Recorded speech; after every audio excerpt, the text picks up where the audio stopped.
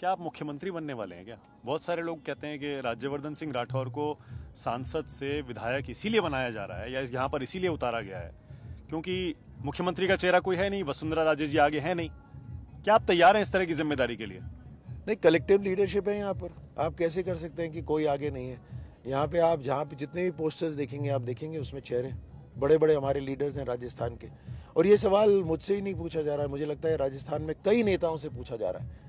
तो ये भी भारतीय जनता पार्टी की एक लीडरशिप की क्वालिटी है कि हमारे कई चेहरे ऐसे हैं जो बड़ा प्रमुख रोल कर सकते हैं। लेकिन बात यहाँ आती है कि जो एक्स्ट्रा फोकस है ये मुख्यमंत्री के ऊपर, ये एक्स्ट्रा फोकस नहीं राजस्थान का बेड़ा गर्क करा था। पिछले 5 साल एक मुख्यमंत्री था, एक उप मुख्यमंत्री था, लेकिन दोनों के पद में मुख्यमंत्री जुड़ा हुआ था, उससे संतुष्ट नहीं थे दोनों के दोनों।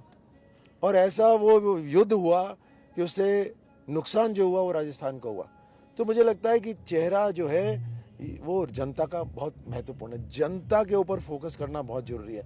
आप कोई मंत्री भी हो, आप कोई महामंत्री भी हो, आप कार्यकर्ता हो, हर तरह से आप कर सकते हैं। आपकी वो रोटेशन चलती रहनी चाहिए।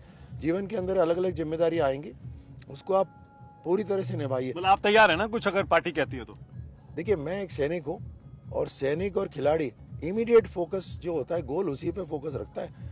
अब वो पाकिस्तान वाले थे जो बोल रहे थे कि चलो यहाँ चलेंगे, नाश्ता वहाँ करेंगे, फिर लंच दिल्ली में करेंगे। उनकी औकात दिखा दी थी युद्ध में। तो भारत का सैनिक और भारत का खिलाड़ी अपना इमीडिएट जो फोकस होता है लक्ष्य, वो लक्ष्य उसी पे फोकस होता है। वो अर्जुन की आंख की तरह मेरे को झोटवाड़ा जीतना है और झोटवाड़ा जबरदस्त मार्जिन से जीतना है। हमारा काम उस पे हो रहा है। ओके, बहुत बढ़िया। राज्यवर्धन सिंह राठौर से ये बातचीत जारी रहेगी। फिलहाल वो एक सभा में आए हैं, जरा दीपक दिखाइए सभा में कैसे लोग उनका इंतजार कर रहे हैं।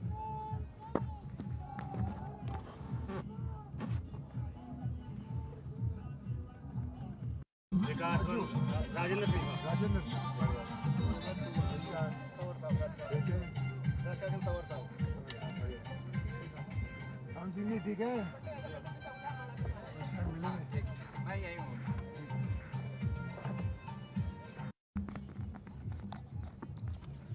तो राज्यवर्धन राठौर जब सभाएं करने अपने स्वागत के लिए जाते हैं, बीच बीच में मंदिरों में जरूर रुकते हैं। मैंने ज्यादा फोकस देखा है बीजेपी उम्मीदवारों का रहता है कि मंदिरों में रुकें, अपनी सभाओं में राम मंदिर की बात करें, फिर ये कहते हैं कि जो राम को लाए हैं हम उनको लाएंगे।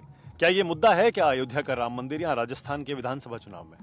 अपनी हर कामयाबी अगर हम उसका श्रेय भगवान को देते हैं, एक बड़ी शक्ति को देते हैं, तो वो सरलता दिखाती है और इसके विपरीत घमंड दिखाता है। तो हम तो हर जगह जाते हैं, धोख लगाते हैं कि साहब शक्ति देना, बहुत बड़ी जिम्मेदारी है, जो भी है उसकी शक्ति देना।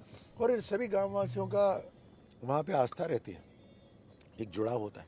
देखिए, जुड़ाव के लिए कारण चाहिए होते हैं।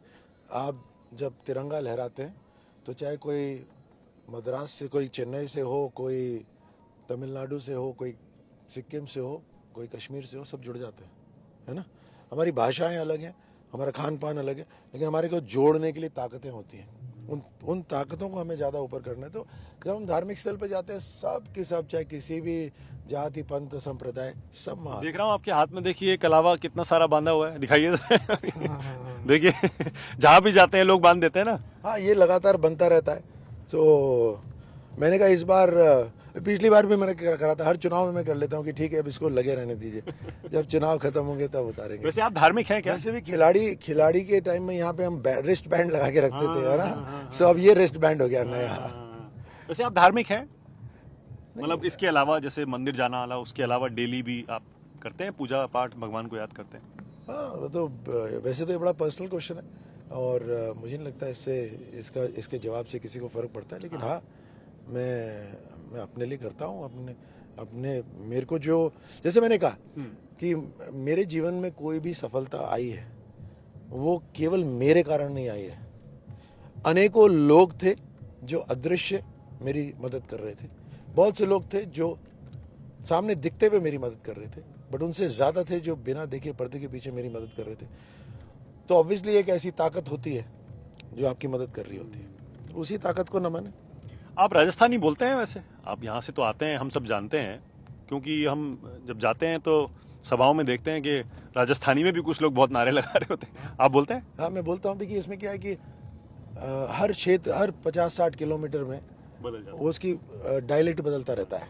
सो बोलने का तरीका वो सारे बदलते रहते हैं। तो यहाँ पर ज़्यादातर गांव जो है मेरा जो लोग विधानसभा है वो आधा पॉश कॉलोनीज है और आधा ग्रामीण है।